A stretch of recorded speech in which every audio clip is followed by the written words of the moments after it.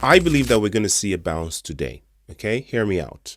And of course, this is my personal opinion as someone who is not a financial advisor. So do your own research and don't go quoting me or doing something that I said to do or not do, whatever. Okay, so man, 17 is pretty fearful. That's what we are now on the fear greed index. Of course, Bitcoin leading the trending tokens there with the big dump. XRP and Solana there as well. Not surprised. Both faced relatively massive dumps, as did pretty much everything. As you can see, we're all in red in the last 7 days, with the exception of the stable coins, of course. And look, Bitcoin Cash, doing pretty well actually, up in the last 7 days. So no idea what's going on there with Bitcoin Cash. Probably some kind of news I didn't even hear about. But the general sentiment across the board is negative and is looking relatively negative for the near future. But I think intraday today, we might see a little bit of a bounce because of a particular sentiment that I'm going to talk about in a minute. But before that, here are the reasons why we are down. We have, global political and economic tensions escalating, geopolitics, such as, the ongoing tariff wars in the United States, initiated by the United States President Donald Trump, causing a risk-off sentiment in the market, which means the traders on Wall Street are dumping what they perceive to be risky stocks. And unfortunately, most tech stocks will fall under this. And because Bitcoin is associated with tech stocks, Bitcoin is dumped as well. So, they're dumping Bitcoin. And then what happens is we get, the FUD in the market as well added on to that. And then we get dumps because the sales trigger stop losses, etc. So, the general stuff. There's also, technical weakness in the market. The crypto market is showing signs of bearish trend, possibly within a descending triangle pattern. This is compounded by the repeated failures to break above the technical levels, like the 200-day exponential moving average, leading to increasing selling pressure and liquidations of long positions and further driving prices down. So, these are the technical details that professional traders look at to make their trading decisions. And if they're seeing these technical weaknesses, then they're going to be more inclined to sell. And when they sell, again, it has the same effect as FUD, triggers, stop losses, liquidations, etc. So that's another problem. And of course, the one that we're all kind of feeling at the moment, which is the disappointment over policy expectations. So the recent announcements, such as the Trump Strategic Bitcoin Reserve Plan, have underwhelmed investors, unfortunately, and the expectation of significant government buying or supportive crypto policies have not materialized. With the reserve relying on existing seized assets rather than new capital inflows, dampening market enthusiasm and triggering a pullback. So people were expecting the United States government to announce that they were going to get their wallets out and start purchasing Bitcoin over the counter. Like pretty much people were expecting Donald Trump to sit in front of his computer and basically start buying on Binance and Coinbase and stuff. I mean, seriously though, it is an anticlimax and it is a disappointment based on expectations. But I am not utterly disappointed like many, because I've seen some things, one of which I'm going to share with you now. And that is because there are many powerful people who depend on the United States buying crypto in the way that we expected the United States to buy. But while they might not do it today, they're not going to log into Kraken and start buying in the order books, whatever, or not even OTC, it's going to happen. So just in the same way how, they said that they were going to do X and then the announcement said Y, I believe that we're going to see further announcements along the line, which are going to sort of massage the sentiment back to what they said that they were going to do. If you remember the executive orders that Trump signed on day one, there was a bit of an anticlimax with that as well, because Trump didn't say anything at all about Bitcoin or crypto or sign anything to that effect. But then weeks later, we had an actual Bitcoin specific, crypto specific executive order that was signed.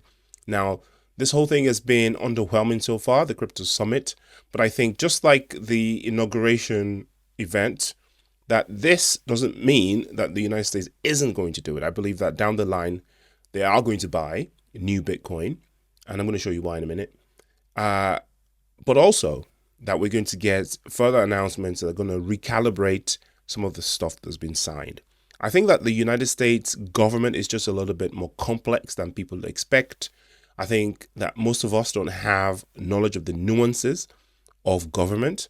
And a lot of the things that we think an executive can just, pull out a pen and sign aren't actually legally possible in America. And they've got to go through the checks and balances. And sometimes they're much slower than we expect. So, of course, we're going to get bravado and announcements, which is sort of in the character of the current executive.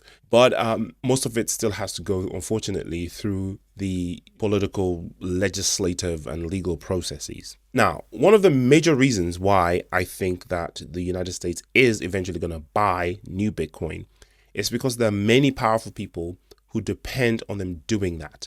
And they're not going to sit on their laurels. In fact, they have already started to lobby Trump directly and the United States government generally to that effect. One of such guys, of course, is Michael Saylor, who's been pushing the US government to purchase up to 25% of existing Bitcoin.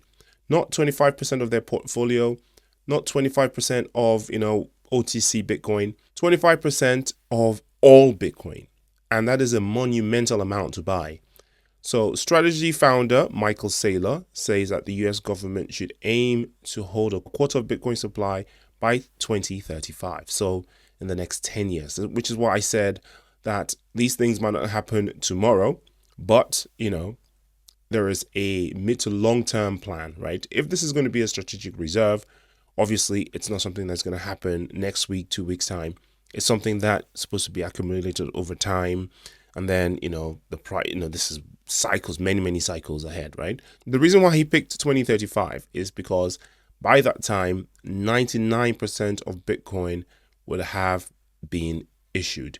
And the thing is, going forward from that, the amount of Bitcoin that's issued each time gets exponentially smaller and smaller and smaller because, every cycle, the percentage of what's left is released, right? So it kind of gets tangentially smaller forever and approaches infinity, or approaches zero, rather. So strategy founder Michael Saylor has proposed that the United States government acquire up to 25% of Bitcoin supply over the next decade for its strategic reserve. Saylor presented the documents to US President Donald Trump, government executives, and global crypto leaders at the White House Crypto Summit on March 7. Now, this is one thing that a lot of people don't actually hear. I think a lot of people are focused on what was said on camera, what the thank yous and the sort of what looked like brown nosing on the on the side of the attendees. But what we don't know was what was actually done in the documents department, what was handed in, what was presented, right? He explained that the government should stick to a never sell your Bitcoin policy, predicting that by 2045, the strategic Bitcoin reserve could generate over $10 trillion annually and serve as a perpetual source of prosperity for Americans.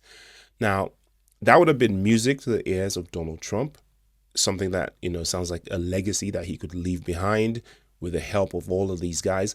And you know that Trump listens to Saylor because he kind of like parrots some of the things that Saylor says, like never sell your Bitcoin.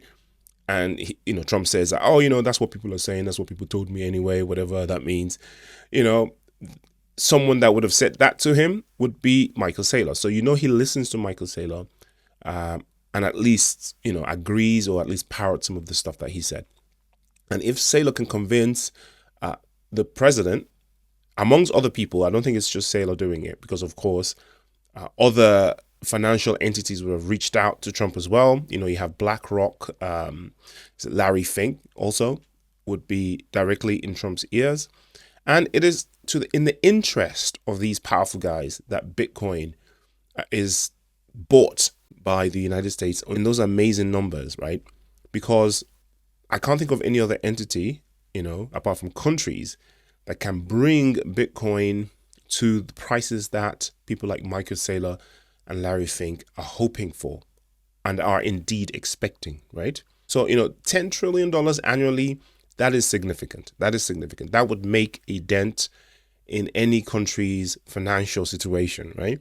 Up to 2045, Saylor said that the reserve could generate between 16 trillion and $81 trillion for the United States Treasury, potentially erasing the national debt. If that is presented as a solution for the United States and the deficit or national debt, as is put here, then that's something that everybody would seriously consider.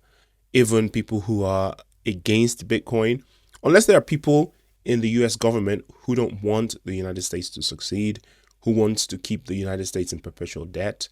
But I think even, the haters of the country would at least want the country out of debt, right?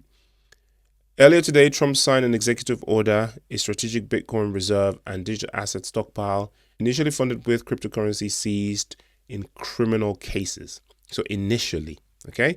While it didn't include an immediate plan to buy more Bitcoin, the order stated that the Treasury and Commerce secretaries would develop budget-neutral strategies for acquiring more Bitcoin, ensuring no added cost to taxpayers.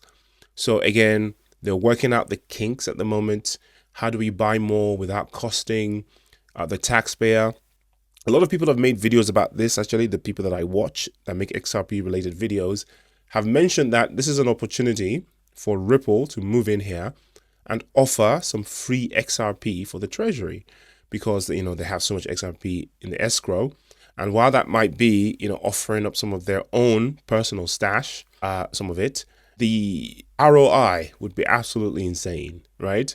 The amount of positive movement that would generate for XRP if it were just to be given to the United States Treasury, the upward movement in price would completely wipe out any losses that were incurred in that process. Okay, so if the US government acquires 75% of Bitcoin total supply, it would hold 5.2 million BTC. Far more than the 1 million BTC, 5% of the supply that Wyoming Senator Cynthia Lummis proposed in the Bitcoin Act introduced in July 2024. If you look at it right, there's not that much Bitcoin around, Each time I see these figures, it just makes me extra bullish. And it just blows my mind as to how people can't see where this thing is going in the future. Now, I'll tell you who can see it, right?